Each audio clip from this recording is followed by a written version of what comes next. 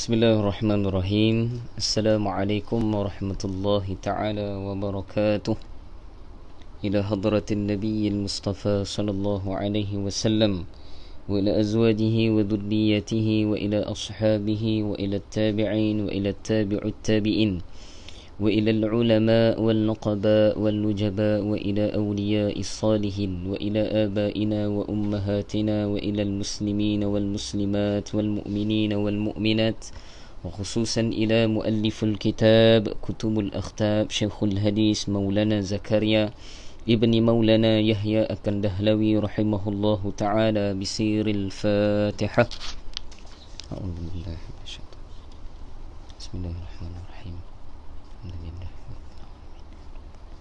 مالك يوم الدين إياك نعبد وإياك نستعين صراط الذين أنعمت عليهم.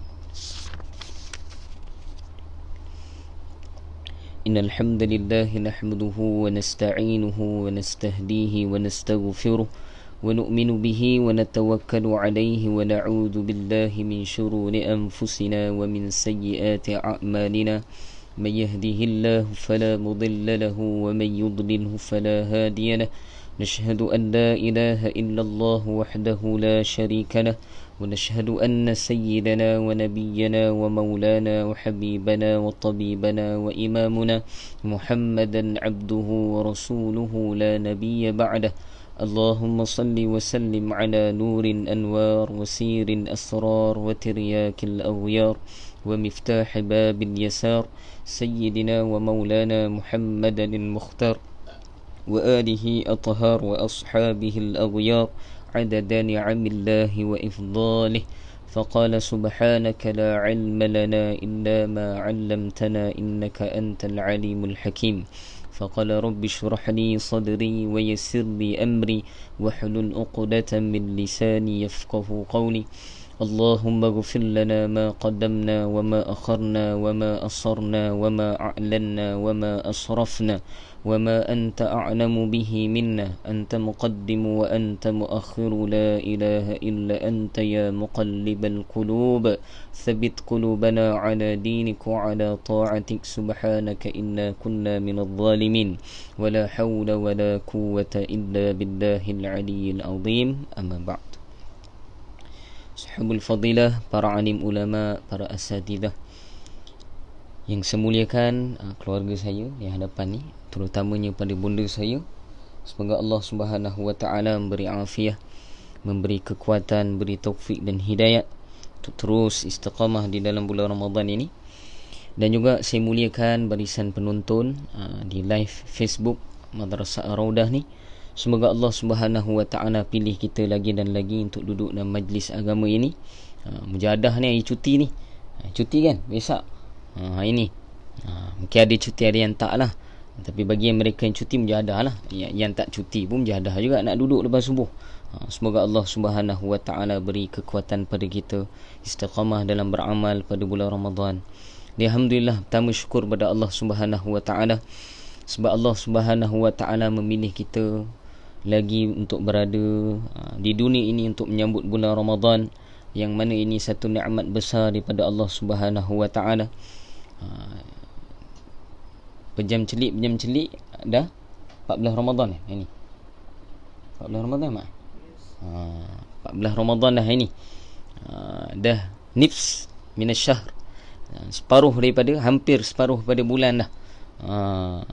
Ni para ulama kata sepatutnya kita nak meniti pada akhir-akhir Ramadan ni, pertama kena ada dalam hati kita rasa sedih sebab kita bakal meninggalkan bulan Ramadan. Itu pertama. Yang kedua, daripada kesedihan tadi perlu adanya lebih banyak ghairah. Para ulama sebut ghairah ni apa? Kesungguhan kita, hub kita terhadap bulan Ramadan ini dengan memperbanyakkan amalan di bulan Ramadan. Sebab apa? Bulan Ramadan tahun ini para ulama kata dipilih kita lagi untuk duduk dalam bulan Ramadan ini. Dan untuk Ramadan akan datang kita belum tentu lagi untuk sampai ataupun tidak pada bulan Ramadan yang akan datang. Jadi semoga Allah Subhanahu wa taala menerima amalan kita sepanjang bulan Ramadan kita ini, dan Allah tetapkan keimanan kita, ibadat kita selepas pada bulan Ramadan, insya-Allah. Amin. Alhamdulillah. Kita dah sampai hadis ketiga dah. Baru hadis ketiga dah habis dah. Hari ini saya nak buat rumusan saja berkaitan dengan hadis baginda Nabi SAW, yang mana saya ulang balik, yang mana hadis ini menyatakan tentang doa malaikat Jibril alaihi salam.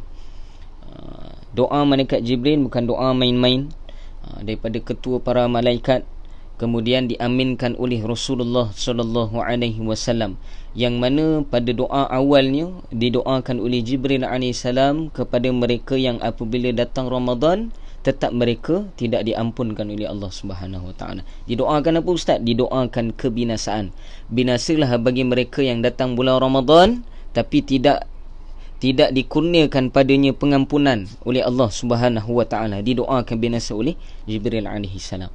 Kedua, bagi mereka yang apabila disebut nama Rasulullah dia tidak menselawati nama Rasulullah sallallahu alaihi wasallam. Ini juga didoakan binasa oleh Jibril alaihi salam.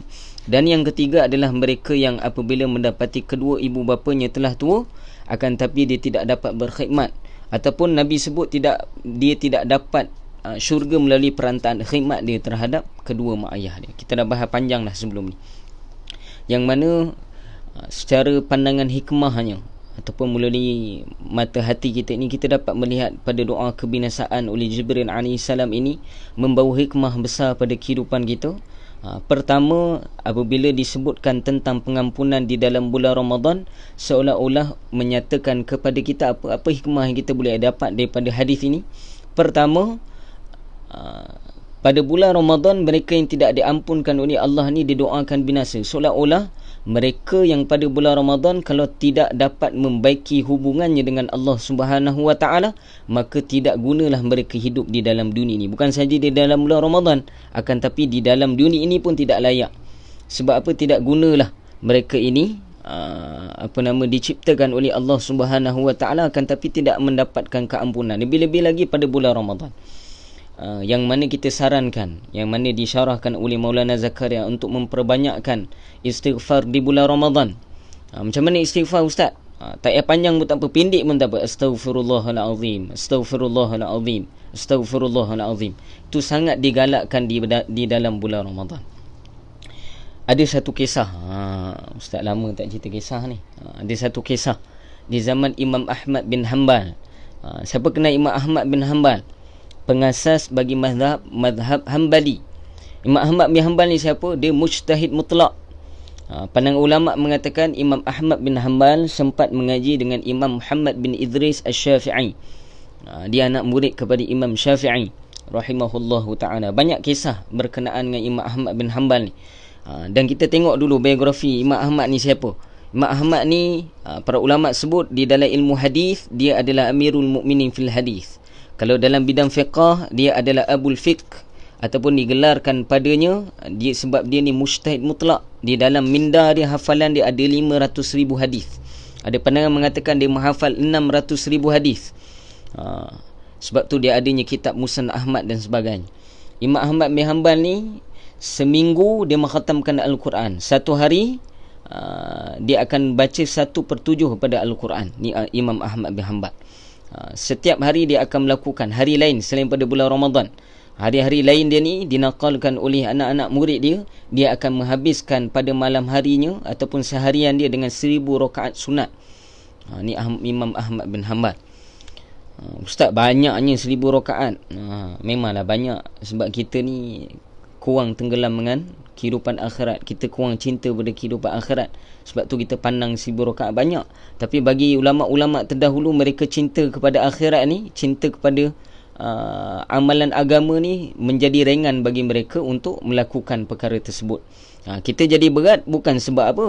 Bukan sebab kita ni lemah, tak kuat dan sebagainya. Tidak. Tapi hakikatnya kerana kelemahan keimanan kita. Imam Ahmad bin Hanbal diriwayatkan ada satu kisah berkaitan dengan istighfar ni. Satu hari Imam Ahmad bin Hanbal dinakalkan dalam beberapa riwayat, dia ni berhajat untuk pergi ke suatu tempat. Dia berhajat untuk pergi ke suatu tempat. Di mana ustaz? Di Iraq ketika itu. Riwayat dia berhajat untuk pergi ke satu tempat di Iraq, di mana tidak disebutkan dalam riwayat. Dalam riwayat mengatakan kedatangan Imam Ahmad bin Hanbal, dia pun tak tahu, tapi diilhamkan oleh Allah Ta'ala untuk dia bergerak ke Iraq ketika itu. Kan kadang-kadang dalam hati kita ni tiba-tiba rasa nak pergi tempat tu, tempat ni kan. Kadang kita pun tak tahu sebab apa. Para ulama kata digerakkan oleh Allah Subhanahu Wa Ta'ala untuk pergi ke tempat tu. Lalu dalam riwayat mengatakan bila dia sampai ke tempat tadi, ringkas cerita dia, bila dia sampai ke tempat tadi, dia keadaan musafir. Lalu dia sampai pada satu masjid. Bila sampai satu masjid, dia semayang ketika itu waktu maghrib, dia semayang maghrib berjemaah. Ketika itu orang tak kenal Imam Ahmad ni, sebab zaman dia tak ada Facebook, tak ada Instagram. Orang tak kenal Imam Ahmad ketika itu. Sebab Imam Ahmad ni berada di luar tempat tu. Dia datang ke Iraq dengan pada ketika itu dari riwayat kata dia pun tak tahu sebab apa dia datang ke Iraq ketika itu. Bila sampai di sana, dia sampai pada satu masjid waktu maghrib, dia semayang maghrib berjemaah. Lepas pada maghrib, dari riwayat kata dia baca Quran, tunggu waktu isyak, kemudian dia semayang isyak. Dalam riwayat mengatakan selepas pada waktu isyak, ketika itu habis saja berapa amalan, dia nak baring kejap, nak istirahat di masjid tadi. Maka ketika itu datanglah penjaga masjid, ataupun kita sebut siak lah, Tok Siak datang. Tok Siak ni tak kenal Imam Ahmad siapa.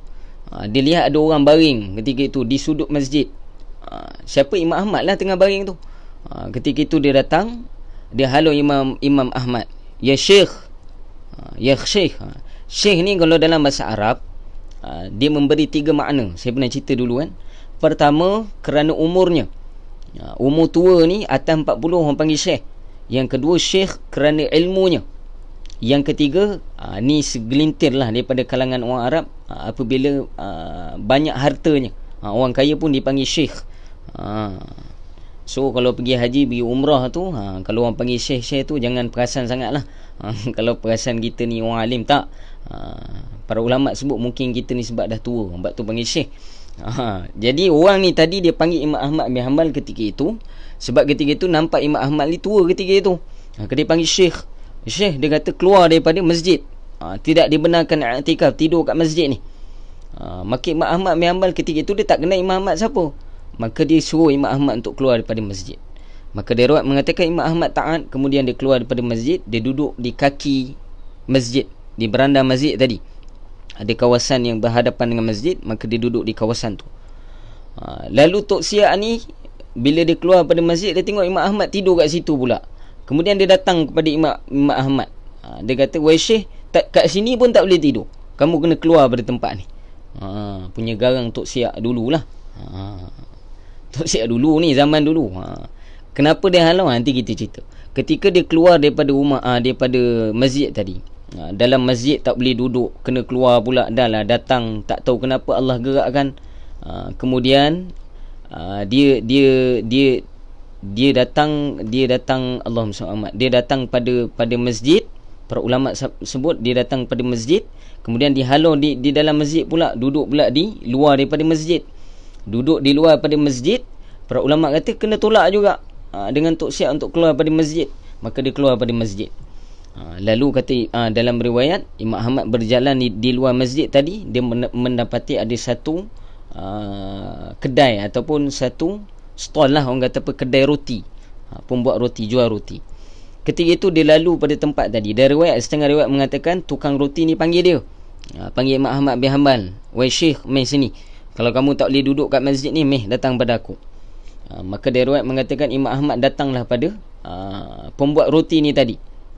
Maka para ulama mengatakan ketika itu bila dia sampai pada tempat pembuat roti ni tadi, sedang dia duduk istirahat, dia duduk di situ, dia mendapati pembuat roti ini apabila dia menggauli roti, dia gaul, dia orang panggil apa, nak buat roti lah, gaul roti kan, uli roti, uli roti. Bila dia menguli roti ni tadi, dia riwayat mengatakan setiap daripada ulian dia tadi, perbuatan dia tadi, dia akan istighfar pada Allah. Astaghfirullah, astaghfirullah, astaghfirullah. Dia riwayat lain kata astaghfirullah wa atubu ilaih, astaghfirullah wa atubu ilaih. Setiap daripada perbuatan dia tadi, dia akan istighfar pada Allah Ta'ala. Maka dia riwayat mengatakan Imam Ahmad bin Hanbal tanya pada dia, wahai peniaga, wahai tukang roti, aku nak tanya pada kamu. Kamu ni, aku lihat daripada tadi, pada awal kamu ni, kamu sentiasa beristighfar. Berapa lama kamu dah buat amalan ni? Kata pembuat roti ni tadi, dia kata aku dah lakukan amalan ni daripada sejak aku bujang lagi sampai sekarang. Dia riwayat kata umur orang tukang roti ni dengan umur Imam Ahmad lebih kurang ketika itu, dah 50-an dekat 60-an waktu tu, 50-an lah. Dalam riwayat mengatakan daripada bujang dia dah amalkan amalan istighfar ni. Dan dalam riwayat mengatakan ketika itu Imam Ahmad tanya dia, apa manfaat yang kamu dapat? Apa manfaat kebaikan yang kamu dapat daripada istighfar pada Allah pada setiap perbuatan kamu? Maka kata tukang roti ni tadi, dia kata setiap daripada hajat aku akan dikabulkan oleh Allah Subhanahu Wa Taala. Semua hajat aku dapati daripada awal bujang aku sampailah aku sekarang ni, waktu sekarang ni, semua hajat aku dikabulkan oleh Allah Subhanahu Wa Taala, kecuali satu hajat sahaja. Bila ditanya oleh Imam Ahmad bin Hanbal, apakah hajat kamu yang satu yang tidak makbulkan oleh Allah Ta'ala ni? Jawab tukar roti ni tadi, aku berhajat untuk bertemu dengan Imam Ahmad bin Hanbal. Dia berhajat untuk bertemu dengan Imam Ahmad bin Hanbal. Maka dia riwayat mengatakan ketika itu, Imam Ahmad bin Hanbal berkata pada orang ni tadi. Dia kata pada orang ni tadi apa? Oh, patutlah ketika ini Allah Ta'ala menggerakkan aku untuk datang ke tempat ini. Kemudian kerana doa kamulah aku ni dikeluarkan, diusir pada masjid. Kemudian dikeluarkan, nak duduk dalam masjid pun tak boleh, duduk kat beranda pun kena halau. Sampailah keluar pada masjid dan aku menemui kamu. Dan ketika dia bercakap dengan tukang roti ni tadi, dia cakap apa ketika itu? Dia kata, akulah Ahmad bin Hanbal yang kamu doa selama ni. Kerana doa kamu ini, kerana istighfar kamu, amalan kamu dan hajat kamu untuk bertemu dengan aku, Allah Ta'ala datangkan aku ke Iraq ini. Dan dia mengatakan ketika itu juga Allah tidak bagi pada Imam Ahmad bin Hanbal untuk duduk dalam masjid lama-lama. Sebab apa? Hajat tukang roti ni tadi. Ni manfaat istighfar. Ni yang diriwayatkan dalam beberapa kitab salafun salih. Sebab tu para ulama kata memperbanyakkan istighfar kita ini banyak manfaat dia. Lebih-lebih lagi pada sudut kita untuk makbulkan doa kita ataupun hajat kita di sisi Allah Subhanahu Wa Taala. Dan terutama sekali dengan istighfar ini, para ulama sebut untuk kita ni merapatkan diri kita lagi dengan Allah Subhanahu Wa Taala. Dan yang kedua, di dalam hadis ini juga memberi ancaman pada mereka yang bila disebut nama Nabi SAW, akan tapi mereka tidak menselawati nama baginda Nabi ataupun menselawati atas baginda Nabi SAW. Memberi maksud ataupun pengajaran kepada kita apa dia? Supaya kita ini seolah-olah memberi pengajaran kepada kita untuk memperbanyakkan lagi selawat kepada Nabi dan memperbanyakkan lagi cinta kita kepada Rasulullah sallallahu alaihi wasallam. Tadi pertama istighfar adalah hubungan dengan Allah, dan yang kedua hadis ini menceritakan tentang Nabi, maka ini adalah berkaitan dengan hubungan kita dengan baginda Nabi sallallahu alaihi wasallam. Di sini juga ada kisah tentang Al-Imam Sufyan Ats-Tsauri rahimahullahu taala. Di dalam riwayat Al-Imam Sufyan Ats-Tsauri, siapa Imam Sufyan Ats-Tsauri rahimahullahu taala? Seorang sufi. Ada soalan ni nanti saya jawab. Sufyan Ats-Tsauri rahimahullahu taala, kalau kita mengaji dalam kitab tasawuf ataupun dalam bidang tasawuf, kita akan jumpa nama Sufyan Ats-Tsauri radhiyallahu anhu rahimahullahu taala. Di dalam riwayat ketika itu Imam Sufyan Ats-Tsauri sedang bertawaf. Dan riwayat ni ketika itu sedang bertawaf. Di dalam kitab Mukasyafatul Qulub Imam Ghazali meriwayatkan kisah ini. Sedang Imam Sufyan Ats-Tsauri ni sedang tawaf, dan riwayat mengatakan dia menjumpai seorang budak lelaki, pemuda lah, syabab, seorang pemuda, sedang tawaf, yang mana setiap daripada langkahnya dia akan selawat pada Nabi. Satu langkah dia melangkah, dia akan selawat kepada Rasulullah sallallahu alaihi wasallam. Jadi para ulama sebut ketika itu bertanyalah di dalam hati Al-Imam Sufyan Ats-Tsauri ketika itu. Dia kata setiap daripada langkah budak ni, maksud dia langkah perlahan lah. Setiap langkah dia akan selawat. Satu langkah satu selawat, satu langkah satu selawat setiap bertawaf dia. Menyebabkan perjalanan dia lambat dalam tawaf. Maka Imam Sufyan Ats-Tsauri ketika itu menanyakan dalam hati dia ketika itu. Dia kata, aku ni akan tahan budak ni, aku akan tanya dia kenapa amalan dia buat macam ni. Maka ketika habis daripada tawaf, Maka dipanggil budak ni tadi, dipanggil pemuda ni tadi menghadap dengan Imam Sufyan Ats-Tsauri. Ketika itu dari riwayat kata pemuda ni kenal Imam Sufyan Ats-Tsauri, arif billah, orang yang kenal Allah Subhanahu wa taala. Dari riwayat mengatakan ketika itu ditanya oleh Imam Sufyan Ats-Tsauri kepada Imam Sufyan ni, tanya kepada pemuda ni, wahai pemuda, kenapa setiap pada langkah kamu ni kamu selawat kepada baginda Nabi sallallahu alaihi wasallam? Bukankah ada beberapa warid hadis baginda Nabi bahawa digalakkan pada dan diajarkan oleh para ulama di setiap pada tahun ni ada doa yang warid daripada para ulama untuk kita buat. Maka para ulama, Imam Sufyan Ats-Tsauri bertanyakan pertanyaan itu pada pemuda ni tadi. Maka pemuda ni tadi menjawab soalan Al-Imam Sufyan Ats-Tsauri. Dia kata, wahai Imam, sesungguhnya sebelum ini, pada tahun lepas, aku membawa bapaku untuk menunaikan haji. Dalam perjalanan aku menunaikan haji, bapa aku ni telah meninggal dunia di pangkuan aku. Telah meninggal dunia di pangkuan aku. Waktu tu naik kapal lah. Dalam perjalanan naik kapal tadi, bapa aku telah meninggal dunia di atas ribaan ataupun pangkuan aku. Maka para ulama mengatakan ketika itu, Allahumma salli ala Muhammad, di dalam riwayat pemuda ini tadi ketika dia memangku bapa dia tadi, dia mendapati bila bapa dia meninggal dunia, seluruh daripada tubuh bapa ayah dia tadi, bapa dia tadi menjadi hitam, menjadi buruk ketika itu. Maka dapat tahu ataupun menjadi alamat kepada kematian bapa dia tadi. Bapa dia tadi, dia tahu yang bapa dia mati dalam keadaan su'ul khatimah ketika itu. Sebab berubah rupa tubuh bapa dia menjadi gelap ketika itu. Maka dalam riwayat mengatakan dia menangis kepada Allah Subhanahu wa taala sepanjang mayat bapa dia berada pada ribaan dia. Maka para ulama sebut ketika di pangkuan dia tadi dia menangis, dia mendoakan keampunan untuk bapa dia. Allahumma ighfirlahu warhamhu wa'afihi wa'fu anhu. Doakan untuk bapa dia. Maka para ulama sebut ketika dia mendoakan sambil dia menangis tadi, dia tertidur.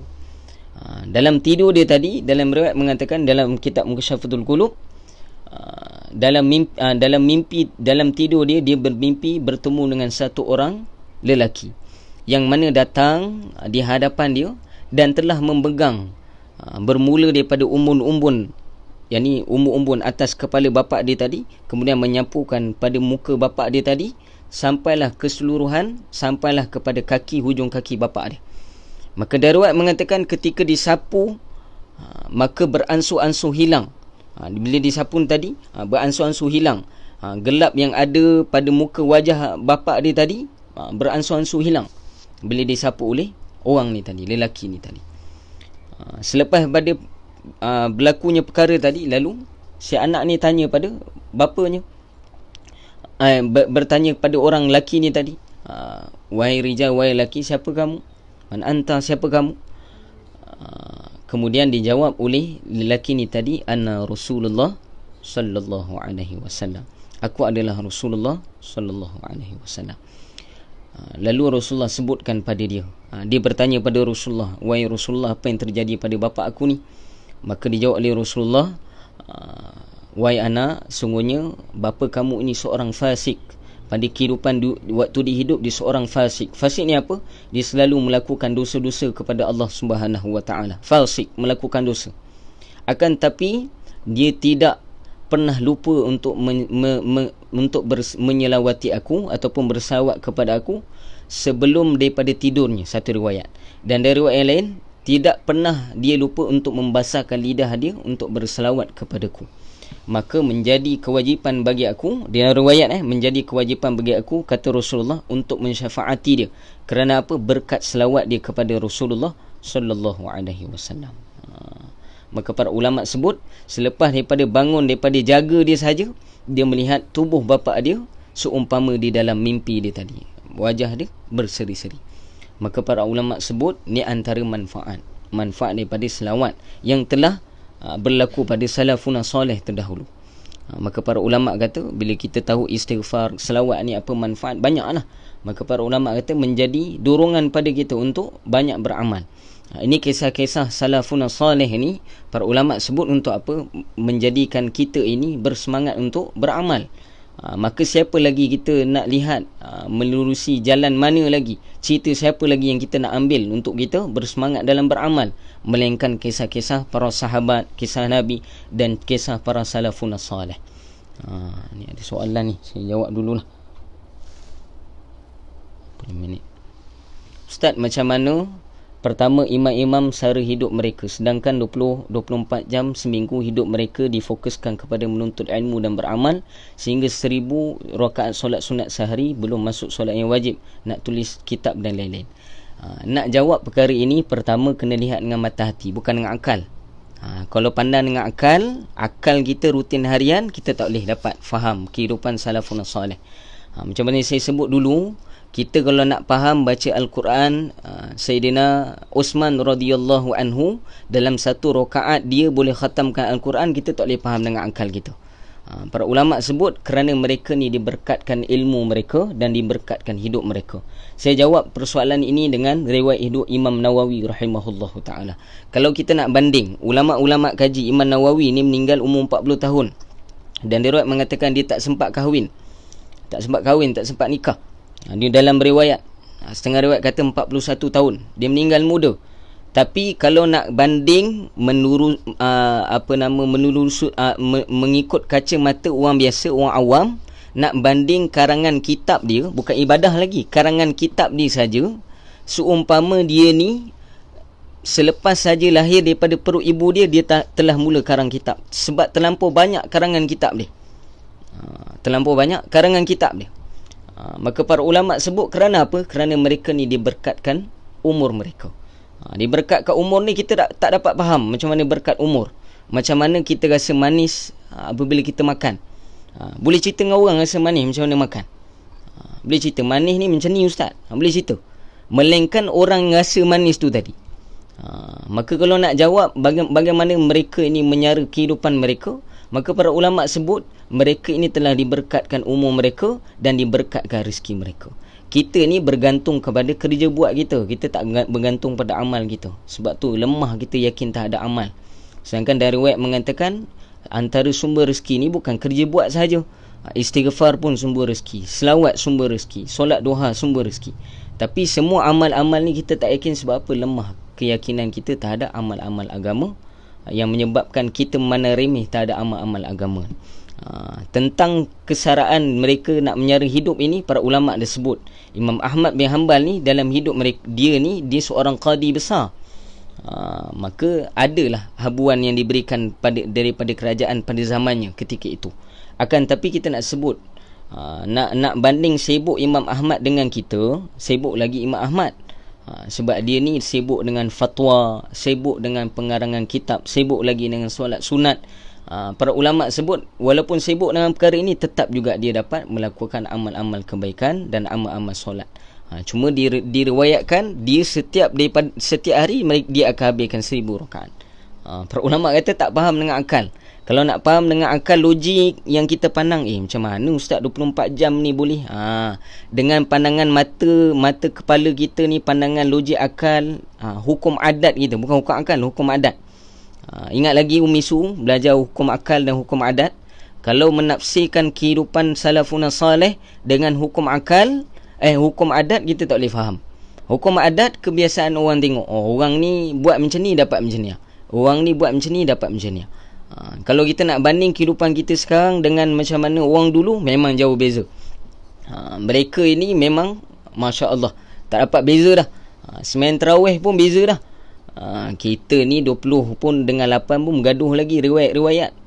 Kalau kita lihat dalam kehidupan mereka dulu macam mana, Imam Malik bin Anas, Imam Malik ni tabi'in. Dia melakukan, kalau di Madinatul Munawwarah, di zaman Imam Malik ni 36 rakaat di Madinatul Munawwarah. Tak faham kita buat 36 rakaat. Ataupun kalau kita nak katalah terhadap perkara ghaibiah, ni perkara ghaibiah. Kalau kita nak cerita amal-amal agama ni, dia berkaitan dengan amalan ghaibiah.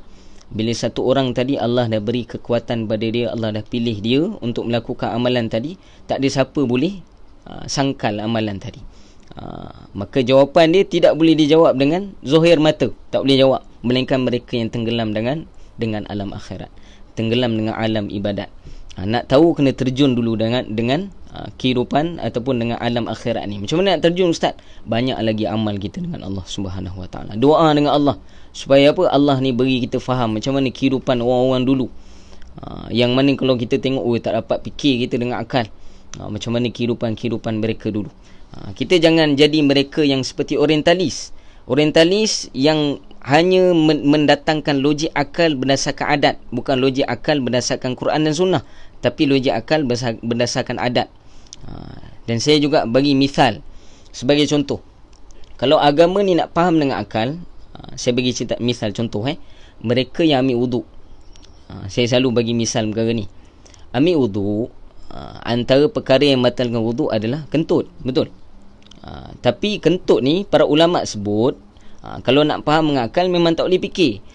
Yang buat hal ni adalah punggung kita, tapi yang dicuci muka, tangan, kepala, telinga, kaki. Kenapa tak cuci punggung? Para ulama sebut sebab apa? Sebab ini amalan agama. Amalan agama ni memerlukan mata hati untuk memahami kehidupan, untuk memahami satu-satu amalan agama tadi. Dan kalau kita misalkan pada kehidupan harian seorang tadi, tak mustahil pun sebenarnya.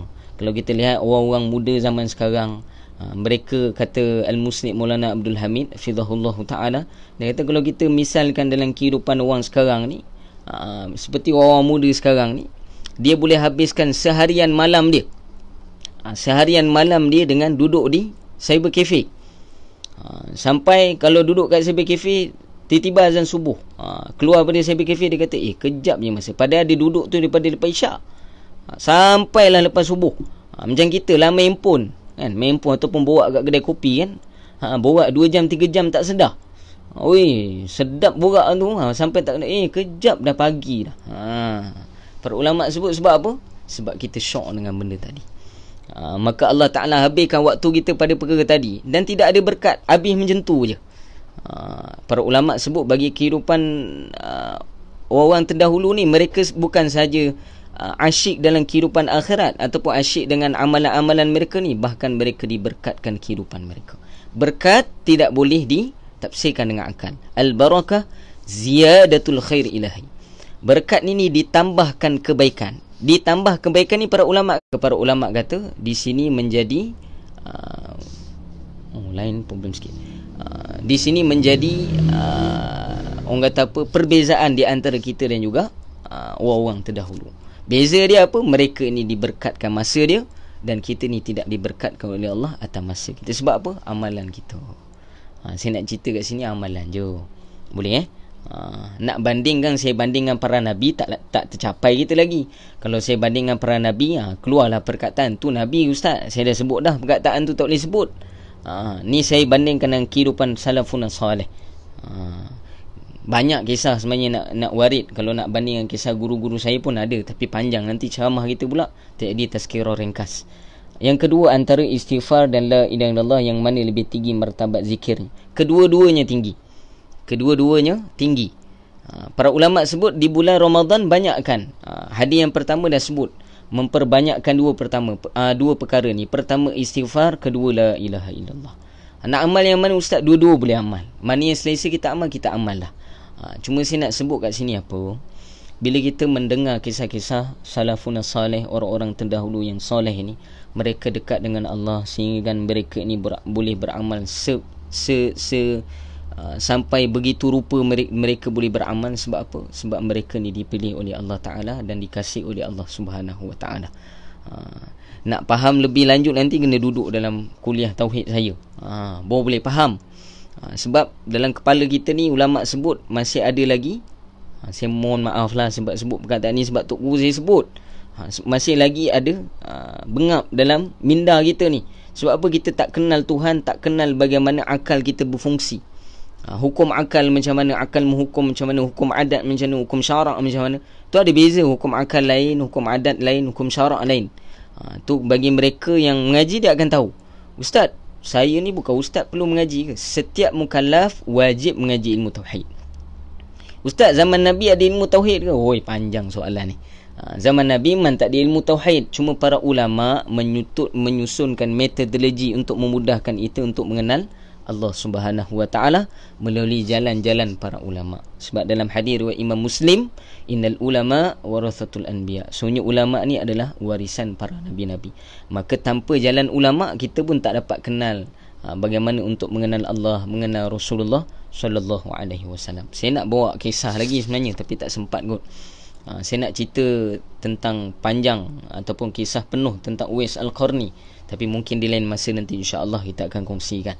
Yang mana hadis yang ketiga, golongan yang ketiga disebutkan bagi mereka yang berkhidmat pada ibu bapa mereka, maka disebutkan binasalah bagi mereka yang bila telah datang ataupun pada ibu bapa mereka ini, kata Nabi, sabda Nabi, bila sampai umur tua mereka ni, mereka tidak mendapati syurga terhadap mereka. Maksudnya tak dapat khidmat kepada mereka berdua.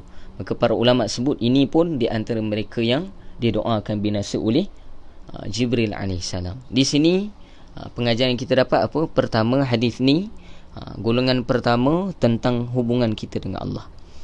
Golongan kedua tentang hubungan kita dengan Rasulullah sallallahu alaihi wasallam.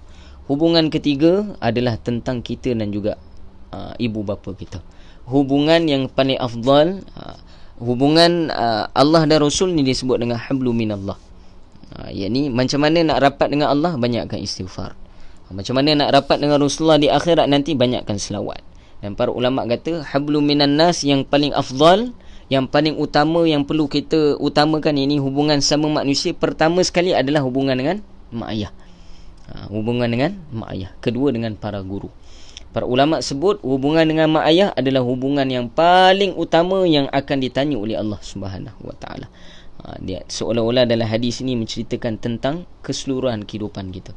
Kalau kita nak bahagia di dalam kehidupan dunia kita ini, lebih lagi di kehidupan akhirat, para ulama sebut pertama kena baiki hubungan kita dengan Allah, kedua memperbaiki hubungan kita dengan Rasulullah, dan yang ketiga kita memperbaiki hubungan dengan kedua ibu bapa kita. Kita akan dapati hidup kita akan berkat. Jadi semua insya-Allah. Wallahu subhanahu wa ta'ala a'lam. Harap terjawablah insya-Allah. Soalan tadi saya tak boleh jawab dengan zahir, sebab sesuatu perkara tak semua benda boleh jawab dengan zahir. Kalau saya tanya macam mana rasa Milo, boleh cerita rasa Milo macam mana. Ini lagi berkaitan dengan amalan agama. Macam mana mereka boleh solat 1000 rakaat, macam mana waktu hidup mereka, macam mana nak asingkan masa kerja mereka itu, ini dan sebagainya. Kita pun tak boleh cerita. Kadang-kadang hidup kita ni kita dapat bagikan masa kita pun tak boleh cerita. Macam mana kita dapat bagikan masa. Pokoknya kita tahu kita sendiri dapat bagi masa. Kerana apa? Kerana itu semua gerak daripada Allah Subhanahu wa taala. Ini semua berkaitan dengan keimanan. Keimanan memerlukan taufik dan juga hidayah daripada Allah, memerlukan pembukaan futuh daripada Allah untuk melihat perkara ini. Tidak lain tidak bukan, pertama kena doa dengan Allah supaya Allah beri kita faham berkaitan dengan perkara ini, insya-Allah. Wallahu subhanahu wa ta'ala a'lam. Tu saya pada saya. Dan doa ini saya kongsikan doa harian, doa ataupun amalan harian daripada setiap pergerakan kita. Apa dia? Pertama adalah berkaitan dengan istighfar.